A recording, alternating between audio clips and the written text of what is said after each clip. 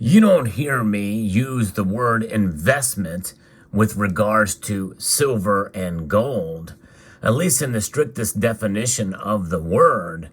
But we're going to talk about investment in a different fashion in this video with regards to not only precious metals, but other things of intrinsic value. So let's explore.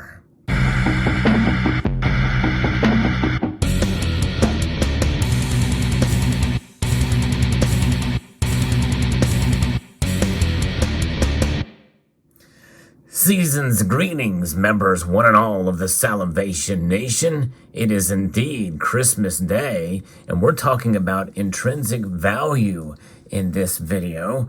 And we're going to use a little analogy as we talk about silver and gold. Silver and gold have been mentioned in the Bible many different times. Gold is mentioned 417 times in the King James Version of the Bible, and silver is mentioned 320 times, and together they're mentioned 737 times. So they are a reference to value. You know, there's no market price associated with value. In fact, we think about intrinsic value versus market price, and there's a lot of difference. You've heard me talk about the difference between price and value for quite a number of years on this channel. And I think that can be said for silver and gold too. We are so fixated, myself included, on the price because that's how we buy and sell the metal. It's based off the market price. But there is this intrinsic value, which is defined for something that has a value in and of itself and for its own sake. In its own right, gold and silver have been valued for thousands of years. And that is something that I think is an interesting and fascinating concept because they have been around for so long. We like to think about these metals above and beyond the price. And so that's why we're okay, in a sense, paying higher costs for the metals, even with higher premiums, because we know that its historic value far surpasses that which at least the societies and the markets today value gold and silver as. Now, intrinsic value, or that historic value, makes no difference when it comes to sell silver and gold. And as noted by people who have lost a lot of money in those transactions. And that is the risk, part of the risk that we take whenever we buy our silver and gold. We are at the mercy of the markets whenever we do that. But, you know, there's something that I think that we should take into account and consider whenever we hold these metals in our hands, is that they are essentially, things of beauty that have lasted for thousands of years. The gold that's inside of this silver eagle very well could have been reconstituted at some point in time, likely though mined. Most of the silver and gold that is used in American coinage has been mined here in the United States and utilized. But you could take any other gold piece from anywhere, and that gold could have been used for nefarious purposes or quite benevolent ones. And some of the gold, in theory, could have been utilized and existed at the time of the Bible. And so there is that aspect of it. It's a timeless metal. Gold and silver are, and been utilized. There's all of these Bible verses mentioning it. But what is this, about these metals? Gold was one of the gifts that was given to Jesus at the time of his birth. But I think there's something that transcends even these two metals about intrinsic value. And that is how God values us. In fact, in many of those verses in the Bible, gold and silver are discarded or corroded, even though we really know that chemically, they don't corrode in a sense, but their price and their worth certainly corrode when in the grand scheme of life in general, and what is really valuable above and beyond silver and gold. And that is you. That's right. You are what's valued more so than gold and silver. And that's what this day is all about, this Christmas day, as I give you a warm Christmas greeting.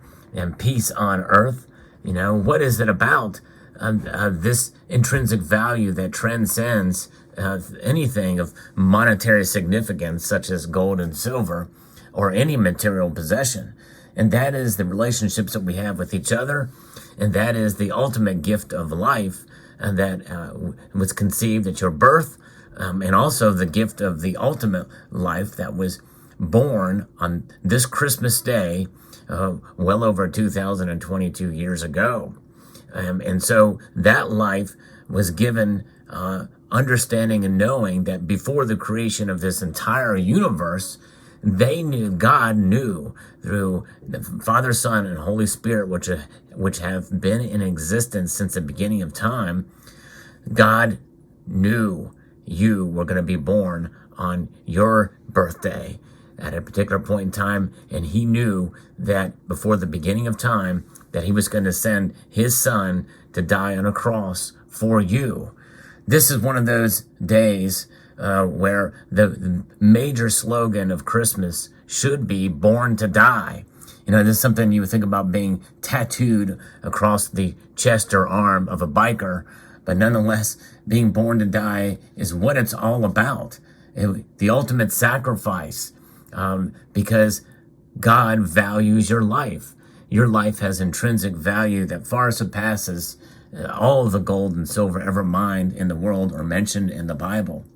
We can measure intrinsic value as something that has this worth, and there's a calculation for it that has been to try to figure out what the value of a company is. And typically it's the cash flow over a period of time and a discount rate to kind of account for some of the overvaluation, and then the terminal value, which is the estimated cash flow over this projected period of time. And that specific period of time is an end quotient that can be measured, that gives something more of an intrinsic value the longer it exists. A company like Microsoft or Apple, may have some intrinsic value because of its existence over time. Even Bitcoin has some intrinsic value as an entity, even though it has not been in existence as long. And of course, it does not mean that they can't go to zero, any of these companies. Whereas gold and silver, they have been around for thousands of years. Your life on this earth has an expiration date. There's no question about that. But that does not mean that you won't live forever in some form, and you are not valued even above and beyond this life, which is why Jesus was sent to die for us all on this earth as a man, as 100% God and 100% man. And so that is the remarkable thing and the amazing thing about what the gift of salvation is about. The salvation comes to us as a gift, and that's what Christmas is about, gift giving. And the ultimate gift is salvation. And we know that John 3:16 says that for God so loved the world that he gave his only begotten Son, that whoever believes in him should not perish but have eternal life. For God did not send his Son into the world on this Christmas day to condemn the world, but in order that the world might be saved through him. That is the only name from which salvation can be gained. And but you have to accept the gift. A gift you see wrapped under the tree is only as good as it is after it's opened up and you see what's inside. And that's the key, is accepting that gift, the gift of salvation. That's the whole reason why God was sent. And that's the whole reason why we celebrate Christmas. And that's why we are in a state here now in this troubled times, in this season, where we are unsure of where things are going in the world financially and economically, geopolitically and the like, which is one of the reasons why we hold gold and silver, to protect ourselves against that economic strife. But I want to encourage you on this day to develop relationships, to adore and treasure your relationships, and to consider, if you haven't done so already, consider the ultimate gift of salvation. It's not gold or silver or precious metals or anything of material value.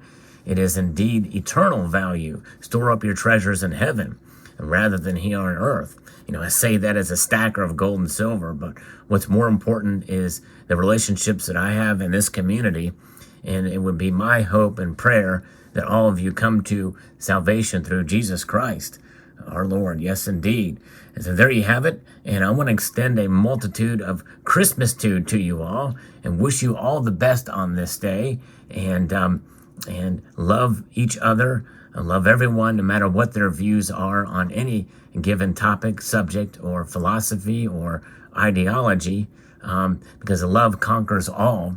But we got to be tough, too, through these times as well, But nonetheless, I want to wish you all a very Merry Christmas on this great day. And wishing you all the best, love, joy, peace, happiness, and all out there. And a multitude of gratitude to you all. And Merry Christmas.